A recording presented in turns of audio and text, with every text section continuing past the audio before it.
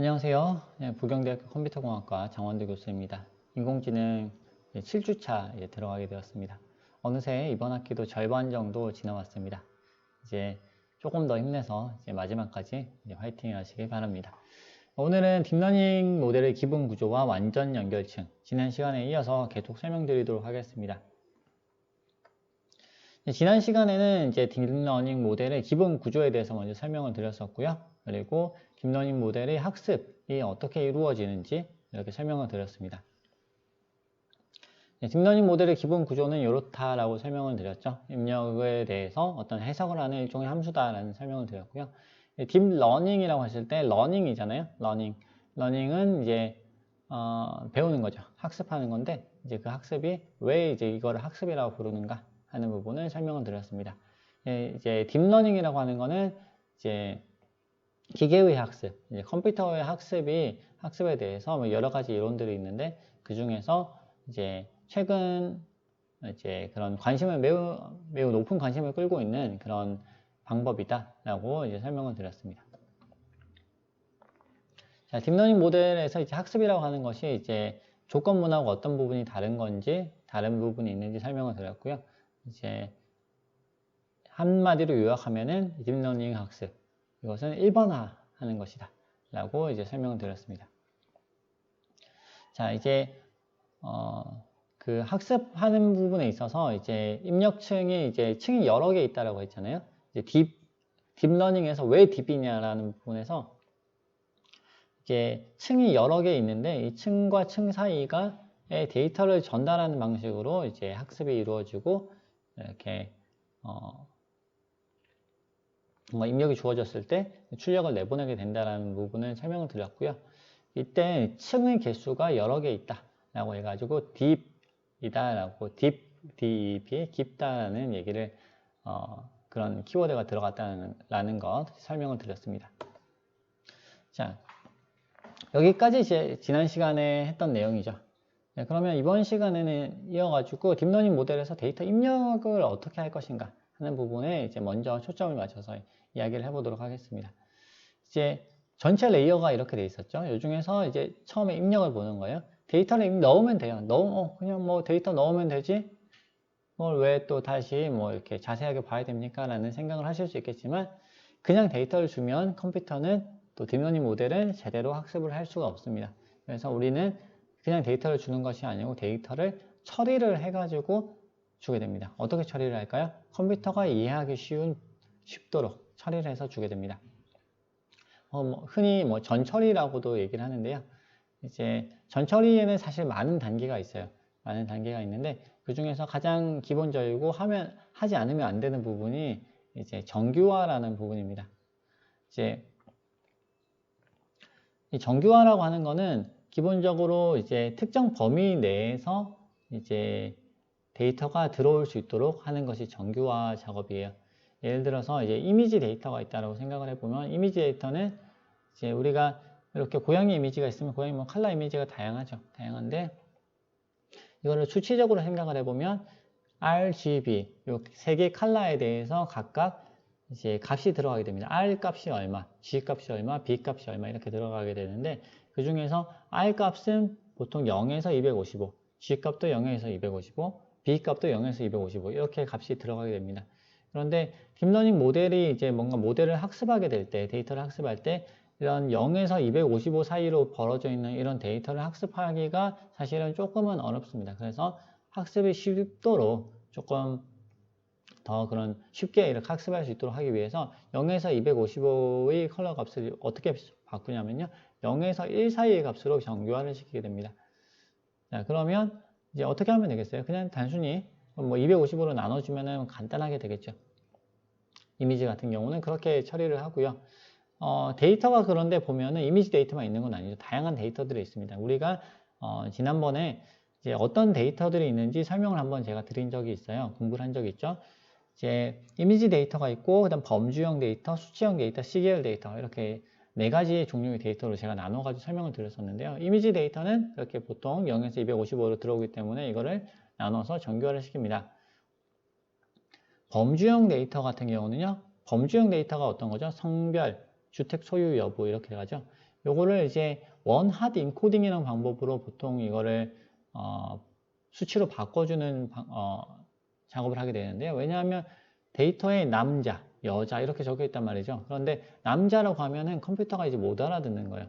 뭐 컴퓨터가 좀 더 똑똑해지면 알아들을 수도 있겠죠. 하지만 좀 밑바닥으로 들어가서 딥러닝 학습을 시키려고 하니까 그냥 남자라고만 주면은 얘가 학습을 이해를 못 합니다. 그래서 이 데이터를 변환시켜 줘야 됩니다.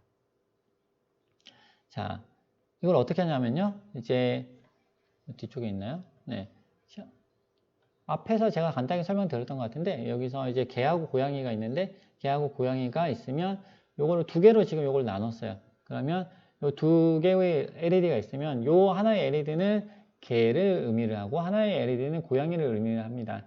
그러면 원래 이제 애초에 데이터는 어떻게 돼 있었을까요? 그냥 개 종류가 이제 칼럼이 있고 종류 칼럼에 대해서 개, 고양이 이렇게 글자로 나와 있었겠죠. 근데 요거를 우리가 원하드 인코딩을 쓰게 되면요 0, 1로 이제 나타낼 수가 있습니다. 그래서 두 개의 비트를 주고 합해가 1이면 1, 0, 1, 0이면 얘는 고양이, 0, 1이면 개, 뭐 이런 식으로 얘기를 할 수 있는 거죠. 여기서는 바뀌었네요. 앞쪽에 첫 번째 비트가 개고 두 번째 비트가 고양이다. 그러면 1, 0이면 개, 0, 1이면 고양이 이렇게 나타낼 수가 있겠죠. 그래서 지금 종류가 안에 그 범주형 데이터에서 종류가 두 개인 경우, 데이터의 종류 두 개인 경우에는 비트 두 개가 있으면 되겠죠. 두 개의 노드가 있으면 되겠습니다. 두 개의 노드가 있어서 각각이 0, 하나를 나타내고 다른 하나의 타입을 나타내면 되겠어요. 만약에 세 개 있는 경우도 있겠죠. 네 개 있는 경우도 있을 수 있어요. 예를 들어서 출생월을 나타낸다고 해봅시다. 출생월 1월부터 12월까지 있죠. 숫자네요 라고 생각을 할 수도 있겠지만 사실 얘가 이제 연속된 의미는 없어요. 1월에 태어난 사람이 하고 뭐 2월에 태어난 사람이 있는데 여기서 이 데이터가 있을 때 1 더하기 2를 해가지고 3이라고 데이터가 값이 나왔다고 해가지고 이게 3월에 태어난 사람하고 3월에 태어난 사람이 1월이나 2월에 태어난 사람보다 뭐 우월하거나 그런 건 아니잖아요. 그래서 뭐 연속적인 그런 수치의 값을 가지는 것이 아니기 때문에 이런 경우에는 우리가 범주형 데이터로 우리가 생각을 해줘야 됩니다. 그런 경우 이제 출생월이다 이렇게 되면 총 몇 개의 이제 데이터가 있을 수 있죠? 1월부터 12월까지 12개의 데이터가 있죠. 그러면 12개의 데이터 종류가 있는데 그러면 원하드 인코딩으로 바꾸게 되면 얘를 어떻게 되냐면은 12개의 노드가 생깁니다. 각각 01, 01, 01, 01, 01, 01. 그래서 다 이제 전부 0이고 왜 원하드 인코딩이라고 하냐면요. 전부 0이고 하나만 1인 거예요. 그래서 원하드 인코딩이에요. 자, 어떤 사람이 1월에도 태어나고 3월에도 태어날 수는 없겠죠. 그죠? 그래서 1월에 태어났으면 1, 3월에 태어났으면 3. 1월에 태어났으면 맨 첫 번째 있는 노드만 1이고 나머지는 다 0이고요. 1, 0, 0, 0, 0, 0이 되고 3월에 태어났다 그러면 0, 0, 1, 0, 0, 0, 0, 0 이렇게 바꿔주는 것이 원하드 인코딩이 되겠습니다. 자, 그 다음에 수치형 데이터가 있는데요. 수치형 데이터는 뭐 이미지하고 비슷해요. 예를 들어서 나이, 몸무게 이런 건 수치형이죠. 자, 이런 건 값을 가지고 있잖아요. 얘는 이제 최대 나이, 최소 나이, 최소값과 최대값을 사용을 해가지고 0과 1 사이의 값으로 정교화를 시켜줄 수가 있습니다. 여기서 이제 조금 한 가지 이제 기억을 해 두셔야 되는 거는 무조건 0과 1 사이로 맞춰줘야 되는 건 아니에요. 그래서 하다 보면 뭐 1 조금 넘어가도 되고 하다 보면 0보다 좀 작아져도 괜찮아요. 특별히 1보다 커지는 것에 대해서 크게 문제가 되지는 않습니다. 그래서 이제 예를 들어서 이제 나이를 정교화 시켜줄 때 나이가 최대값이 한 80 정도면 충분하다고 생각했어요. 그래서 80으로 나눴어요. 그래서 학습을 시켰어요. 그런데 테스트 데이터를 보니까 얘가 100이 들어왔어요. 100세가 누가 계셨던 거예요. 그러면 어떻게 해야 될까요? 그냥 그것도 똑같이 80으로 나눠주면 됩니다. 그래서 이제 정교화하는 방식만 동일하게 하면 값이 1보다 조금 삐져나가게 된다고 하더라도 이게 크게 이제 문제가 벌어지지는 않습니다. 자, 그게 수치형 데이터고요. 시계열 데이터도 마찬가지로 정교화를 해주면 됩니다. 시계열로 이제 보통 수치가 들어오니까요. 그런 값을 정교화하면 되겠습니다. 자, 그러면 이제 수치형 데이터를 정교화할 때 어떤 식으로 해야 되는가? 이건 아까 제가 말로 이제 설명을 다 드렸어요. 설명드린 바와 같이 이렇게 원 데이터가 있을 때 원 데이터에서 최소값을 빼고 그리고 그것을 최대값에서 최소값을 뺀 이런 값으로 이제 나눠주면 됩니다. 예를 들어서 데이터 어떤 나이를 정교화를 시키겠다. 이렇게 되면 이제 그 안에서 최소값이 3이에요. 최대값이 80이에요. 그러면 나이에서 3을 빼고 요거를 80에서 3을 뺀 값으로 나눠주면 됩니다. 뭐 이렇게 하셔도 되고요.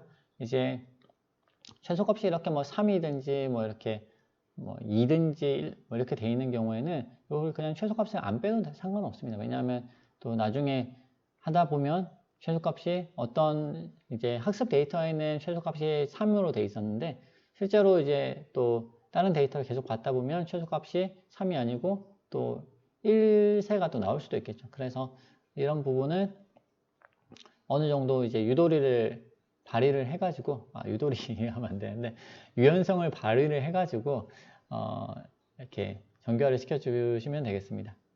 자, 그러면 만약에 이제 이렇게 나이가 있을 때 나이를 정교화 시켜보는 걸 한번 해보도록 하겠습니다. 코드를 한번 직접 작성을 해보죠. 네.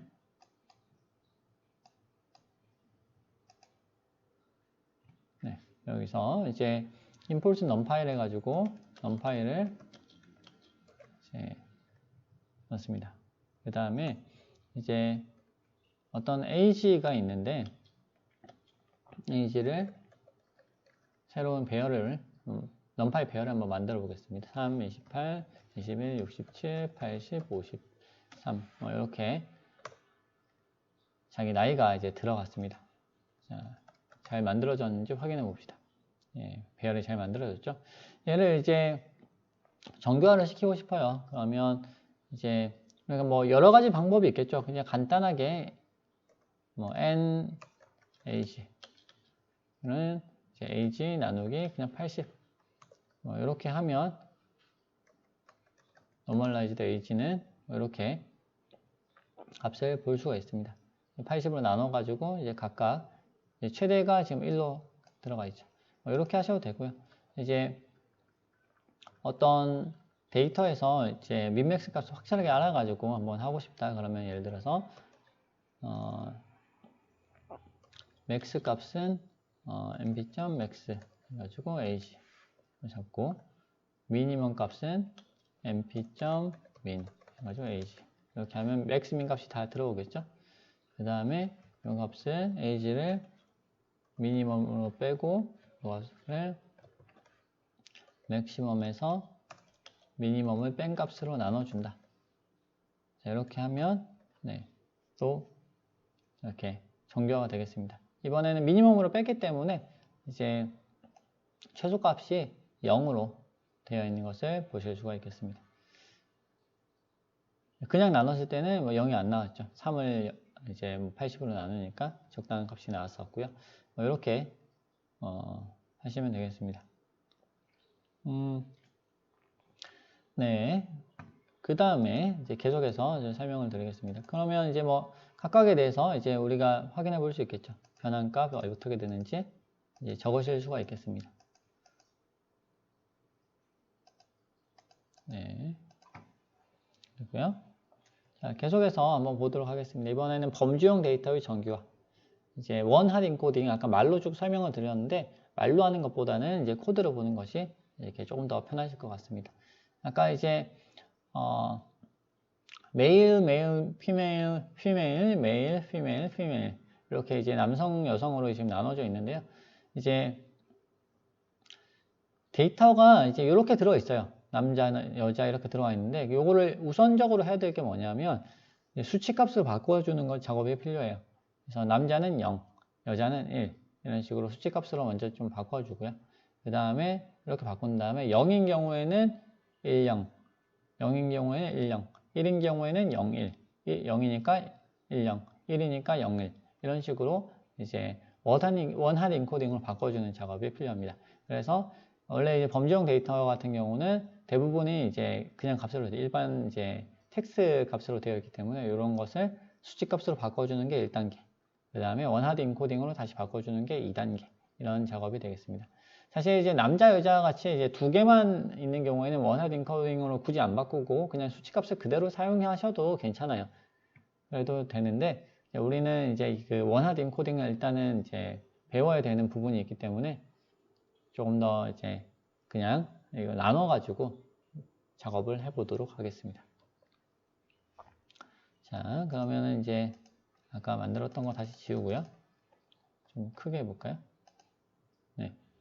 자, 성별을 데이터로 넣어 보겠습니다. 메일. 자, 메일. 자, 이렇게. 메일, 피메일, 메일, 피메일, 피메일. 뭐 이렇게 넣었습니다. 이렇게 해서 실행을 시키면요. 성별이 그냥 들어가겠죠.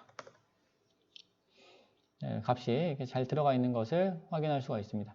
그럼 요거를 이제 우선은 이제 수치형 데이터로 이제 바꿔줘야 되겠죠. 그러면 수치형 데이터로 바꿔주기 위해서는 그냥 간단하게 이제 폼을 돌려서 우리가 해볼 수가 있겠습니다. 자, 한번 해볼게요. 자, 어떤 값을 저장을 하는데 이번에 지금 총 길이가 어떻게 되죠? 이 변수의 총 길이는 우리가 이렇게 알 수 있어요. len이라는 함수를 쓰면은 알 수가 있습니다. 자, 총 길이가 6이 되어 있죠. 그럼 6이니까 포문을 한번 돌리는 거예요. 돌리기 전에 자, 어디다 저장을 할 것이냐? 수치형 데이터를 예를 들어서 이런 변수에 저장을 하겠다. 라고 하면 우리 일단 다 0으로 한번 잡아 넣습니다. mp.zeros 6 이렇게 잡아 넣습니다. 이렇게 해놓고 그 다음에 자, 포문을 돌리겠습니다. 카운트가 0으로 이제 지정을 해놓고요. for 여기서 x in 자, sex 이렇게 하면 여기서 6으로 하지 말고 아까 len으로 길이로 바로 넣어주면 되겠고요. 그럼 전체 성별에 있는 이제 데이터 총 6개가 들어있죠. 이 데이터에 대해서 이제 하나씩 변수를 넣습니다. 넣어가지고 전체 요 리스트에 있는 리스트 아니죠. 배열에 있는 얘가 지금 얘는 지금 리스트네요. 리스트에 있는 각각의 아이템을 하나씩 x에 대해 지금 집어넣게 됩니다. 이렇게 집어넣고 그 x에 대해서 if x가 female이면 자, 이 변수를 제가 콜론을 안 빼먹었네요. 그러면 얘를 cnt 위치를 1로 바꿔라. 그리고 cnt는 cnt 더하기 자, 이렇게 실행을 한다 라고 얘기를 해볼 수 있겠습니다. 자, 이렇게 하면요 실행이 됐죠. 어떻게 됐겠어요? 실행을 시켜보면 네, 0, 1로 다 바뀌어 있는 걸 보실 수 있습니다. 자, 메일은 0으로 되어 있고요. 그 다음에 피메일은 1로 되어 있는 것을 확인하실 수가 있겠죠. 네, 이렇게 이제 우선은 이제 텍스트로 되어 있는 값을 수치 값으로 바꿨습니다. 그 다음에 이제는 원하드 인코딩으로 바꿀 차례 있는데요. 원하드 인코딩으로 바꾸는 것도 역시 뭐 일일이 코드를 이렇게 작성하면 되겠지만, 작성할 수도 있겠지만, 함수를 하나를 가져다 쓰면 굉장히 편하게 작업을 할 수가 있어요. 이제 텐서플로우라는 패키지예요.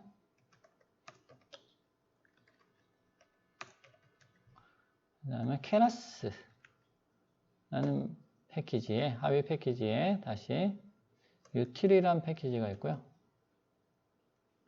utils라는 모듈이 있어요. 그 다음에 여기서 import to underbar categorical 이거를 한번 추가를 해줍니다.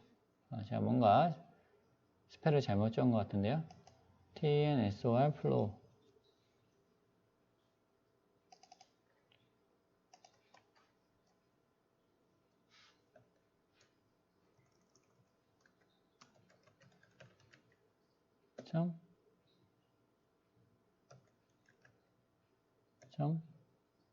네, utils import utils에 import to categorical 네, 아까 제가 뭔가 잘못 적은 것 같습니다.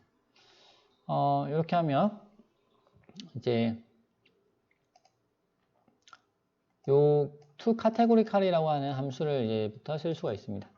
그래놓고 이제 to categorical이라는 함수에다가 파라미터로 방금 수치형으로 바꾼 변수를 넣습니다. 자, 이렇게 해가지고 실행을 시켜 보시면요, 이렇게 나와요.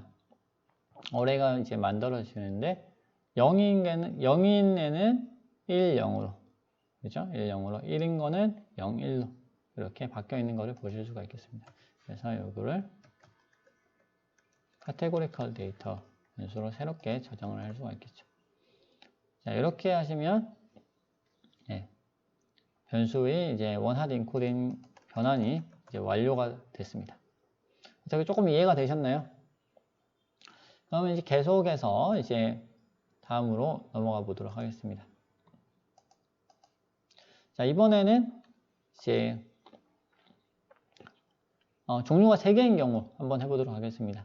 어떤 범주형 데이터가 있는데 그냥 1, 2, 3으로 되어 있어요. 1, 2, 3. 어떤 건 하나는 1, 하나는 2, 하나는 3 이렇게 되어 있다고 이제 생각을 해보겠습니다. 이제 이 3개가 1, 2, 3이라고 하는 게 어떤 수치가 아닌 거예요. 그런 경우는 어떻게 해야 될까요? 예. 이 값을 원래 3, 1, 2가 있는데 3인 경우에는 3만 1로 하고 1인 경우는 1만 1로 하고 2인 경우에는 2만 1로 바꾸면 됩니다. 자, 역시 똑같이 to categorical 함수를 쓰면 되는데요. 이제 문제는 뭐냐면 이런 이제